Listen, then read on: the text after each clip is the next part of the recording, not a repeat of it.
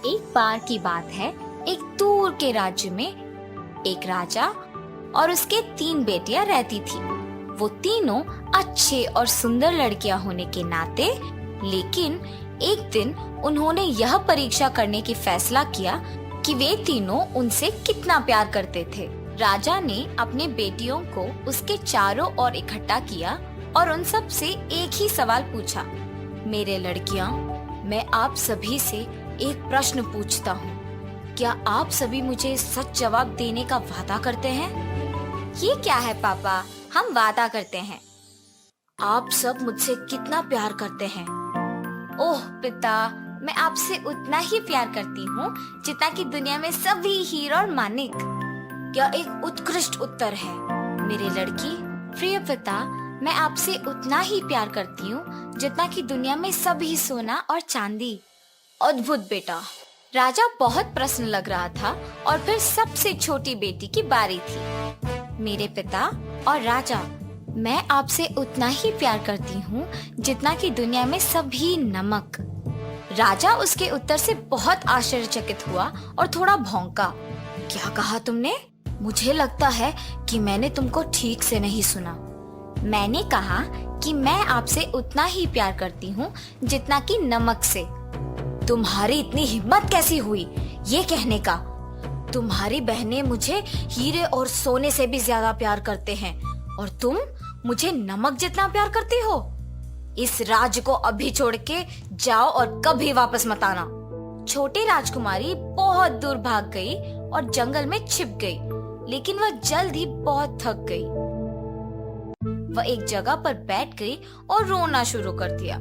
जब एक राजकुमार जो वहां से गुजर रहा था ने उसे सुना। जैसे ही उसने सुंदर राजकुमारी को देखा, युवा राजकुमार को उसके साथ प्यार हो गया। राजकुमार उसे अपने महल में ले गया और जल्द ही उससे शादी करने के लिए कहा था। युवा राजकुमारी ने उससे कहा कि वह केवल उससे शादी करेगी यदि उसके पिता राजा शादी में आए। दुख की बात है कि मेरे पिता मुझसे नाराज हैं और मुझसे कहा है कि मैं उनके राज्य में कभी नहीं लौटूं।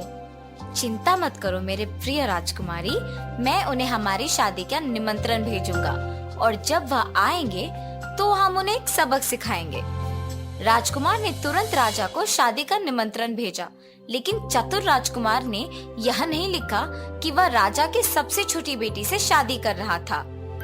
और जब शादी का दिन आया तो राजा वहां पहुंचे।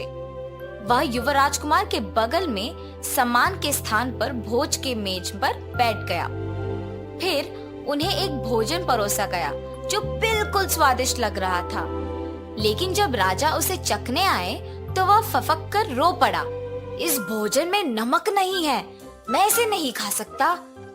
एक ही बार घूंघट पहने एक व्यक्ति ने उन्हें नमक लाकर दिया और कहा, ये लीजिए मेरे राजा, मुझे उम्मीद है कि भोजन अब बेहतर स्वाद होगा। राजा ने तुरंत उसकी आवाज पहचान ली और राजा ने अपनी सबसे छोटी बेटी को देखा। वह एक बार में समझ गए कि राजकुमार और राजकुमारी उसे क्या सिखाना चाहते थे। उसने जो किया उससे शर्मिंदा होकर राजा ने अपनी बेटी से माफी मांगी। राजकुमारी खुशी में चिल्लाई, ओह मेरे पिता, मैंने आपको माफ कर दिया है और मैं आपको दिल से प्यार करती हूँ। उन्होंने एक दूसरे को गले लगाया और राजा, राजकुमार और राजकुमारी खुशी खुशी रहते हैं। एक लंबे समय से पहले एक राजा रहता था जो एक काला जादू के कारण बहुत बीमार पड़ गया था। केवल एक चीज थी जो उसे बचा सकती थी। वो कैसे है? ये एक बहुत प्रभावशाली जादू है और इस जादू के लिए केवल एक दवा है। हमें खरगोश के बूर से मिट्टी चाहिए। बूर कम से कम 10 साल पुराना होना चाहिए और हमें 3 दिनों के भीतर मिट्टी की जरूरत है। राजकुमार ने बहुत ढूंढा, लेकिन एक भी खरगोश नहीं दिखाई दी थी। अचानक एक दिन एक खरगोश ने उनका रास्ता काटा। राजकुमार ने अपने घोड़े को छलांग लगा दिया और वह खरगोश के पीछे भाग गए और जल्द ही एक गुफा में प्रवेश किया जहाँ एक दुष्ट राक्षस रहता था।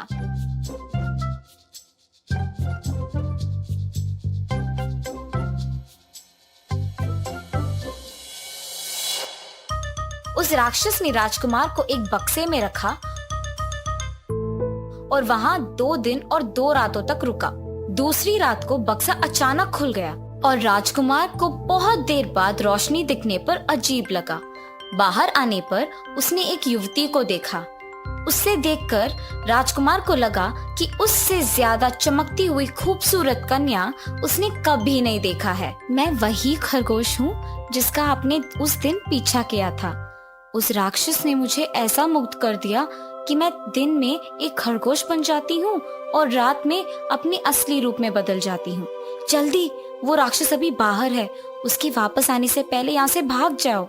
और ये लो, 10 साल पुराना खरगोश के बूर की मिट्टी है तुम्हारे पिता के लिए, उन्हें बचाओ। बहुत बहुत धन्यवाद राजकुमारी। आप ये बताओ मैं आपका एहसान कैसे लौटाऊं? अभी के लिए यहाँ से बच जाओ। जब तुम्हारे पिताजी ठीक हो जाएंगे तो बाहर जाओ और दुनिया में घूमो। आपको मेरी मदद करने का एक तरीका मिल जाएगा। राजकुमार ने जैसे कहा गया था वैसे ही किया। उन्होंने महल में जाकर अपने पिताजी की जान बचाई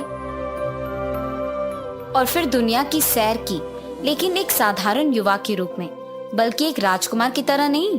अपने कारनामों के दौरान उनकी मुलाकात एक मछुआरे से हुई जिसने उन्हें मछली पकड़ने के व्यापार को सिखाने के लिए नौकरी की पेशकश की।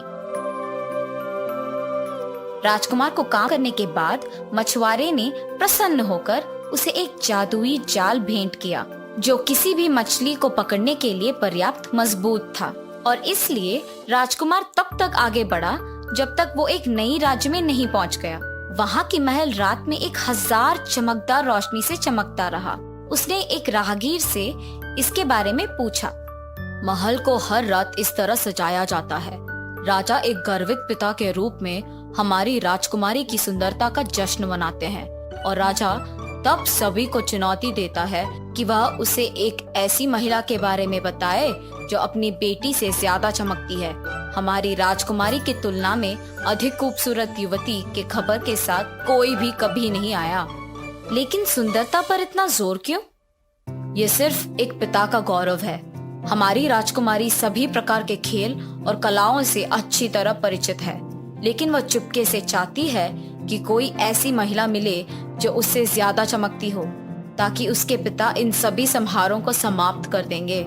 उसे ये सब बहुत शर्मानक लगता है। शायद मैं इसके साथ मदद कर सकता हूँ। तो राजकुमार राजा के दरबार में गया और उसे बताया कि उसे एक राजकुमारी के बारे में पता है जो सूरज से भी तेज चमकती है। बहुत अच्छा, मैं तुम्हें 1 सप्ताह दूंगा। उसे अदालत में आने दो, लेकिन अगर आप ऐसा करने में असफल रहे तो आपको दंडित किया जाएगा।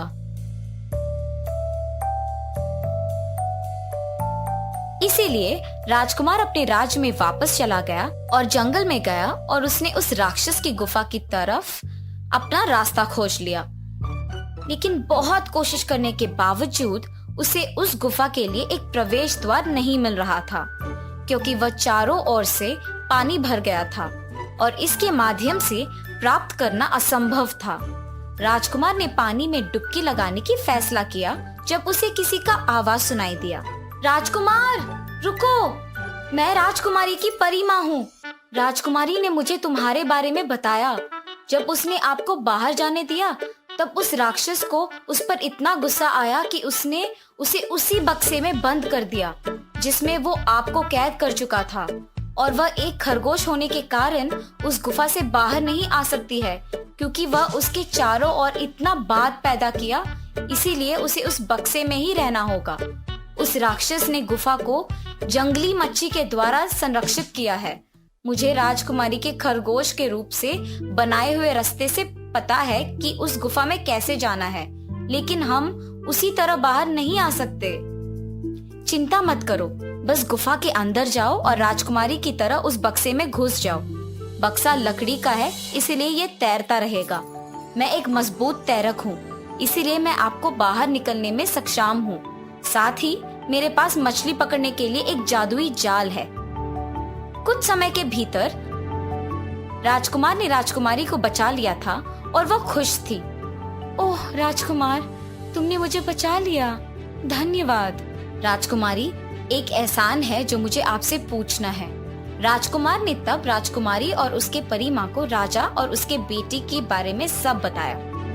मैं राजकुमार को समझती हूँ और निश्चित रूप से मैं आपका साथ दूंगी। ये अच्छा है कि राजा रात में उत्सव मनाता है। मैं उस समय अपने मानव रूप में बदल जाऊंगी।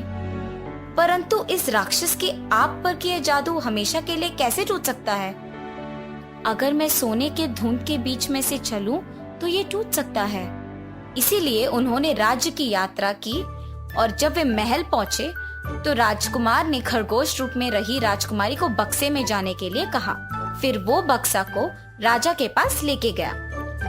महाराज, चमकती हुई राजकुमारी इस बक्से में है।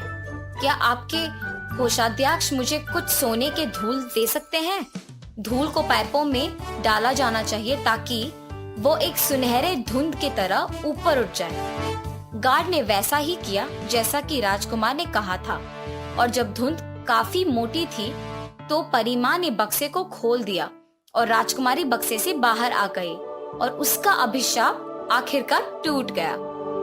पूरा दरबार उसकी आप पर सुंदरता से मंत्रमुग्ध होकर बैठ गया। राजकुमारी अब वास्तव में दुनिया के सबसे चमकती महिला है। देखिए पिताजी, अब कृपया मेरी सुंदरता के बारे में सबको बताना बंद करें। मुझे शर्मिंदा करने की इस दैनिक उत्सव को छोड़ दें। मैं केवल सुंदरता से बहुत अधिक के लिए खड़ा होती हूँ। मुझे बहुत अच्छा लगा मेरे प्रिय मछुआरे, क्या मैं कहूँ राजकुमार, आपने अच्छा किया। महाराजा ने राजकुमारी के लिए राजकुमार के राज्य में वापस जाने की व्यवस्था की, जहाँ से वे शादीशुदा थे और बाद में खुशी से रहते थे। और राजा ने सीखा कि सुंदरता ही सब कुछ नहीं है।